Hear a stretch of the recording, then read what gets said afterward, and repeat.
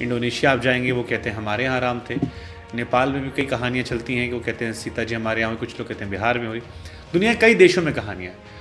प्रभु श्री राम कौन है, एक सवाल ये, और जो ये दुनिया के अलग अलग देशों में भी कहानियां हैं तो वो कैसे अलग हैं हमारी रामायण से, या कैसे प्रभु की लीला अलग अलग है? देखिए, सबसे आदि रामायण तो वाल्मीकि रामायण ही है, जो अव्यक्त है, जो अचिंत्य है, जो अनहद है, जो सदचिद आनंद है।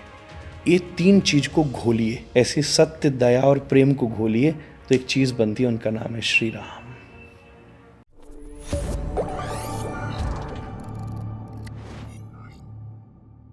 सवाल मन में आता है कि जैसे आपने प्रभु श्री राम को लेकर कहा, जब हम वाल्मीकि जी की रामायण का जिक्र करते हैं, या हम तुलसीदास जी की रामायण का जिक्र करते हैं, या हम पढ़ते हैं, तो पता लगता है कि दुनिया में और भी बहुत जगह पर प्रभु श्री राम की कथा है, कहानियाँ हैं, किस्से हैं। इंडोनेशिया आप जाएंगे वो कहते हैं हमारे यहाँ राम थे। नेपाल में भी कई कहानियाँ चलती हैं कि वो कहते हैं सीता जी हमारे यहाँ हुई, कुछ लोग कहते हैं बिहार में हुई। दुनिया के कई देशों में कहानियाँ हैं। ये एक ही श्री राम की कहानियां सारी जगहों पर है, या अलग अलग कहानियां हैं? क्योंकि कई लोग मानते हैं कि प्रभु श्री राम एक राजा थे, वो भी एक कहानी चलती है उनके नाम आने वाले कि वो भगवान नहीं थे, एक राजा थे जो आए, जिन्होंने बहुत सारी चीज़ें की।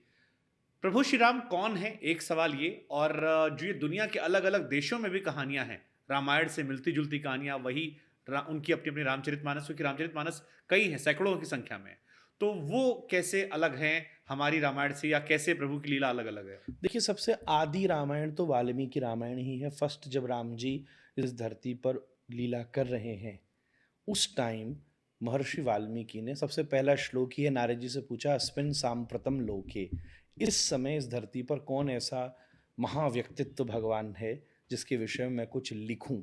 तो नारद जी ने बताया और वाल्मीकि जी ने रामायण लिखी। तो one of the ancient and oldest, तो वही इस समय मौजूद है और सर्वज्ञ स्वीकार भी है।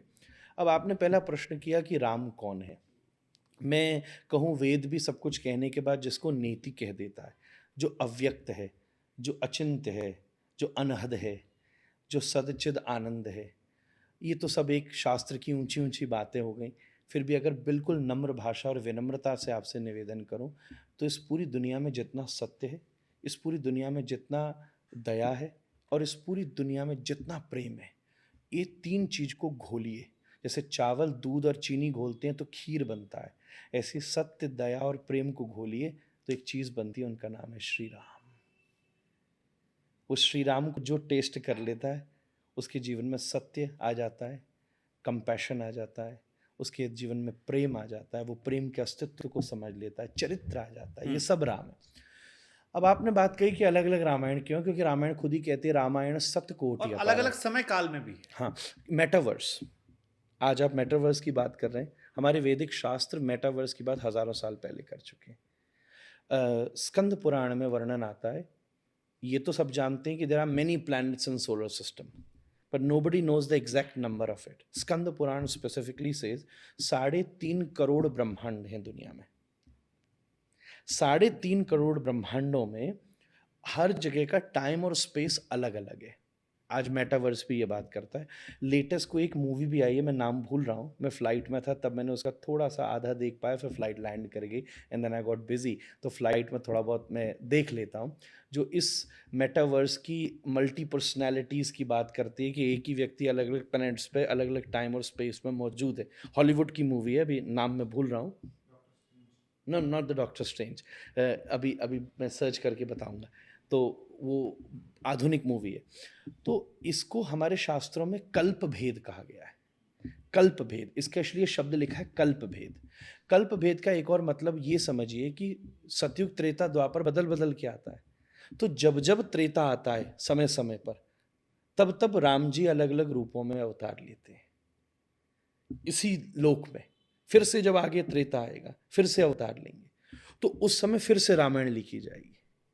कहीं ना कहीं डिफरेंसेस इस हिसाब से आते हैं। और दूसरी एक चीज और कहूंगा, इसी टाइम पे मैं और आप बात कर रहे हैं ना, तो किसी दूसरे सोलर सिस्टम में कि दूसरी पृथ्वी पर, वहां अभी त्रेता चल रहा है, और मैं मिश्रा जी आपसे बात कर रहा हूं, और वहां राम शबरी के बेर खा रहे हैं।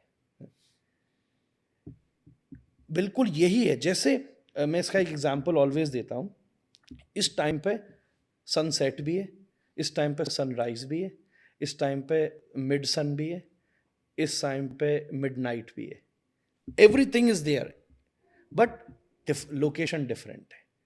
आप इसी टाइम पर अभी अमेरिका चली जाइए तो सनराइज हो रहा है, इसी टाइम पर अगर अभी आप एप्लीकेशन में चेक कीजिए तो कहीं सनसेट हो रहा है। तो time is same but the location is different. तो टाइम और स्पेस के हिसाब से जो आज मेटावर्स आज बात कर रही है दुनिया, हमारे शास्त्रों ने उस समय बात की है।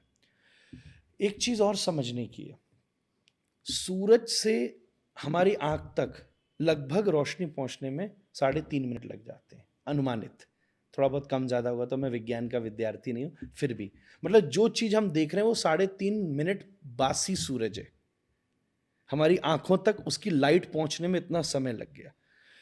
तो जब व्यक्ति कॉन्शियस होता है, उसकी चेतना जागृत होती है, जब वो अवेकन्ड होता है, जब उसकी अप्रोच बढ़ती है, जब वो यूनिवर्स के साथ कनेक्ट करता है, जब यूनिवर्सल कनेक्ट उसके अंदर आता है, जब उसकी कॉन्शियसनेस उसके भीतर से विकसित होकर प्रकृति के साथ होती है, तब सूर्य की रोशनी उस तक 3.5 मिनट में पहुंच रही है, पर उसकी चेतना अगर सूर्य तक आगे पहुंचेगी तो वो 3.5 मिनट से 2.5 मिनट पर एक्सपीरियंस कर सकता है, 1.5 मिनट पर एक्सपीरियंस कर सकता है। तो ऐसा समझिए कि आज से 500 साल पहले किसी फोर्थ सोलर सिस्टम में राम जी जन्म लेके लीला कर रहे हैं, और उस समय इस धरती पर यहाँ तुलसीदास जी मौजूद हैं।